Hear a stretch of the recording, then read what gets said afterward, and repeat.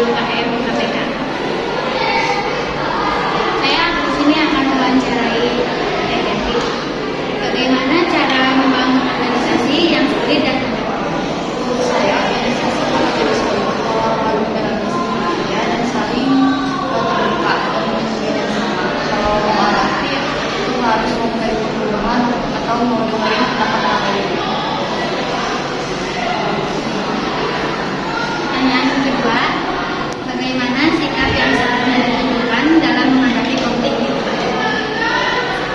Konflik, kalau ada misalkan ada problem, lebih usahain buat ngobrol baik-baik aja, dengerin dulu dari dua sisi. Kalau misalkan kalau misalkan dari pendapat lain ada masukan yang dengerin juga. Terus cari jalan tengahnya biar tetap nyaman, nggak usah nyalain siapa-siapa. Jadi harus ada obrolan ya.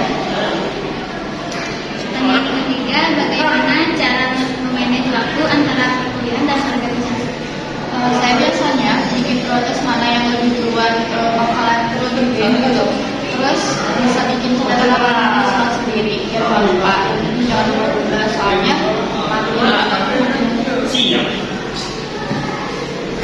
Pertanyaan keempat, apa upaya yang dilakukan untuk menumbuhkan rasa kekeluargaan di UKM KPK?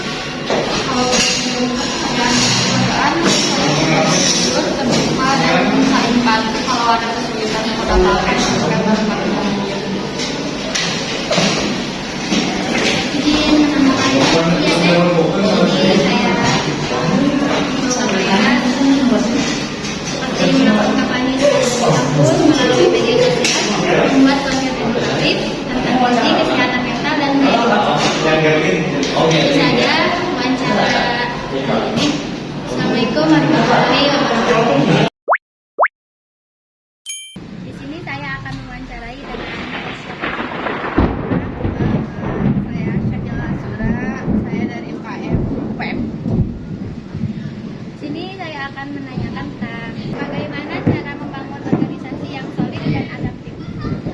Kalau UPM itu kan buat bangun organisasi yang solid gitu ya. Kita dengan ngadain proker-proker, saya di proker-proker itu tuh kan pasti kita melibatkan semua anggotanya ya, diikutsertakan dalam proker itu. Nah pasti sebelum ngelakuin proker sebelum jalannya proker itu pasti kan kita ada rapat atau kumpulan gitu kan. Nah biasanya pas kita rapat itu biasanya kita sambil ngobrol-ngobrol gitu, gimana ya. Nah mungkin itu sih Bu yang bisa antara anggotanya dan itu organisasi UPM-nya. Pertanyaan yang kedua, bagaimana sih sikap yang harusnya ditunjukkan dalam menghadapi konflik di UKM UPM? Nah, kalau di UPM itu ada divisi khususnya. Nah, yang konflik ya. Biasanya kalau konflik ataupun ada si anggotanya pengen keluar dari UPM nih. Nah, biasanya kita harus konsul dulu ke divisi. Jangan langsung tiba-tiba udah keluar gitu aja. Nah, biasanya juga di kitanya juga kayak langsung ditanya-tanya gitu. Kenapa, alasannya apa gitu. Nah, nanti misalnya dari divisi bonding juga merupakan hasil ataupun saran gitu, pasti nanti didiskusikan lagi sama ketua UPM. Jadi harus ada komunikasi. Iya. Pertanyaan ketiga, bagaimana cara memanage waktu antara perkuliahan dan organisasi? Nah kalau di UPM fleksibel ya, soalnya nggak tiap minggu gitu, yang tiap mingguan hari ini tapi misalnya kayak yang mau buat FC PKKMP atau FC LDKO, nah biasanya kami yang beberapa hari waktu kita jadi MC-nya pasti nanti kita dilatih. Jadi fleksibel sih, tidak terlalu ya. Terus biasanya juga kalau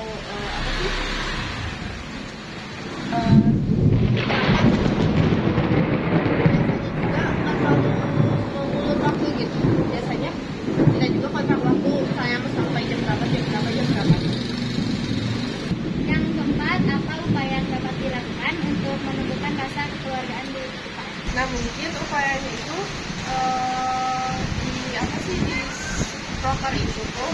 kita mengikut sertakan anggotanya. Nah kita nanti tuh apa sih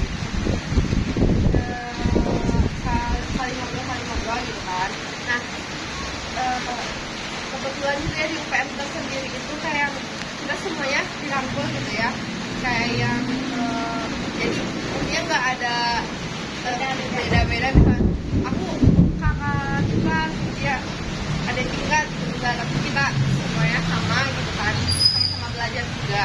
Dan itu mungkin yang jadi saya ya menumbuhkan rasa kekeluargaan di UPM. Dan sejauh ini alhamdulillahnya kekeluargaan UPM apa sih rasa gitu.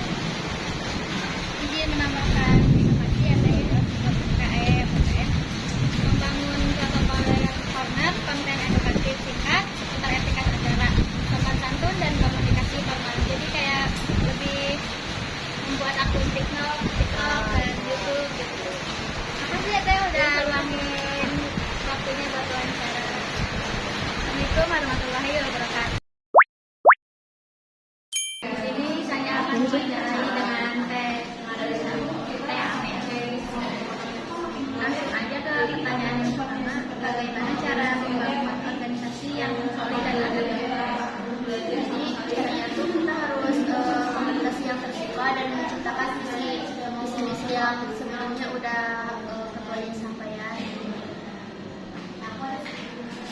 Lanjut ke pertanyaan kedua, bagaimana sikap yang seharusnya ditunjukkan dalam menghadapi konflik di UKM meninggal? Jadi kita tuh harus mendengarkan semua pihak, terus pada masalahnya apa, jangan kayak ini mah benar. Jadi intinya kita tuh harus jangan egois ya kalau ada masalah. Terus harus menjaga sikap saling menghormati. Jadi misalnya komunikasi ya, komunikasi itu hal yang paling penting ya kalau misalnya ada masalah. Lanjut ke pertanyaan yang ketiga, bagaimana cara manage waktu antara perkuliahan dan organisasi?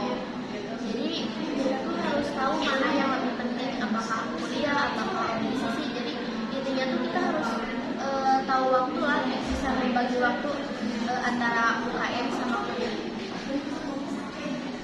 Lanjut ke pertanyaan keempat, apa upaya yang dapat dilakukan untuk menumbuhkan rasa kekeluargaan di